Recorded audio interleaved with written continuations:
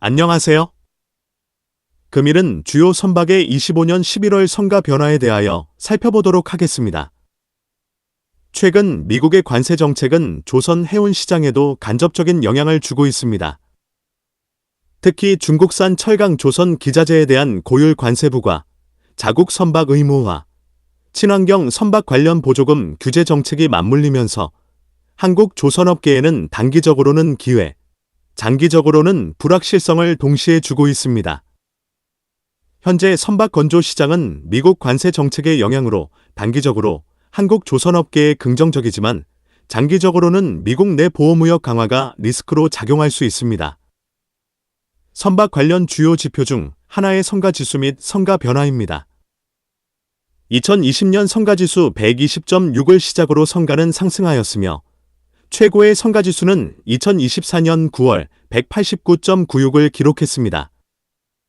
2025년 10월 성가지수는 185.03을 기록하고 있으며 영상의 성가지수 차트에서 볼 수 있듯이 성가지수는 서서히 내려가고 있음을 알 수 있습니다. 한국조선소의 선박 수주에 있어 중요한 역할을 하는 렌즈 운반선의 성가의 경우도 성가지수 하락과 동일하게 2023년 최고 성가인 2억 6,500만 달러를 기록하였으며 2024년 2억 6,290만 달러, 2025년 2억 4,800만 달러까지 하락하고 있습니다. 하지만 렌즈 운반선의 성가 수준은 여전히 높은 수준을 유지하고 있으므로 조선소 입장에서는 수익 창출에 도움이 되는 선종인 것입니다. 다음 탱커 선박의 성가입니다. 한국 조선소에서 경쟁력을 유지하고 있는 대형 유조선, 벨CC은 25년 10월 1억 2,600만 달러 수준까지 내려왔습니다. 대형 유조선, 벨CC은 최고 성가는 2024년 1억 2,900만 달러였습니다.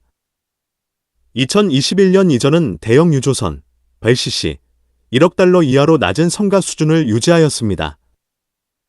나머지 탱커 선박의 성가 수에즈막스급 8,550만 달러, 아프라막스급 7,500만 달러, MR탱커 4,850만 달러 수준으로 하락하고 있습니다. 최근 유조선의 현물시장 용선료가 급등하고 있습니다. 중국 항로의 운임지수 WS는 1영업일에 30포인트 이상 상승하며 128.61이라는 고가를 기록했습니다.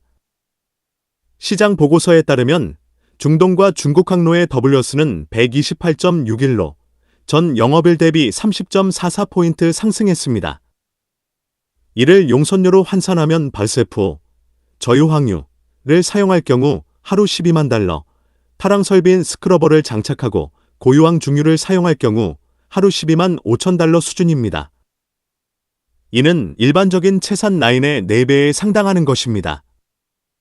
벨CC 시황을 둘러싸고는 오펙, 석유 수출국기구, 플러스 참여국의 단계적 증산과 인도의 러시아산 원유 대체에 따른 중동 지역에서의 선복 확보 증가 등으로 인해 시장의 전반적인 상황은 비교적 강합니다. 증산은 직접 운송 수요로 이어진다고는 할 수 없지만 화물량 증가로 이어져 벨CC 시황에 있어서 플러스라고 보는 경향이 있습니다. 시장에서는 앞에서 언급한 것과 같이 시장 일시적으로 과열되는 것으로 판단하고 있는 것입니다. 벨CC와 MR탱커는 수요가 견조하거나 증가세를 보이고 있으며 제품선은 공급 과잉 우려로 하락세가 예상됩니다. 조선사들은 이러한 흐름에 맞춰 선종별 전략을 조정하고 있으며 친환경 기술과 고부가 가치 선박 개발도 병행 중입니다. 선박, 해양 관련 산업 및 기술에 대한 궁금한 점이 있는 분들은 아래의 카페로 방문을 하시면 많은 정보와 도움을 받으실 수 있을 것으로 생각합니다. 감사합니다.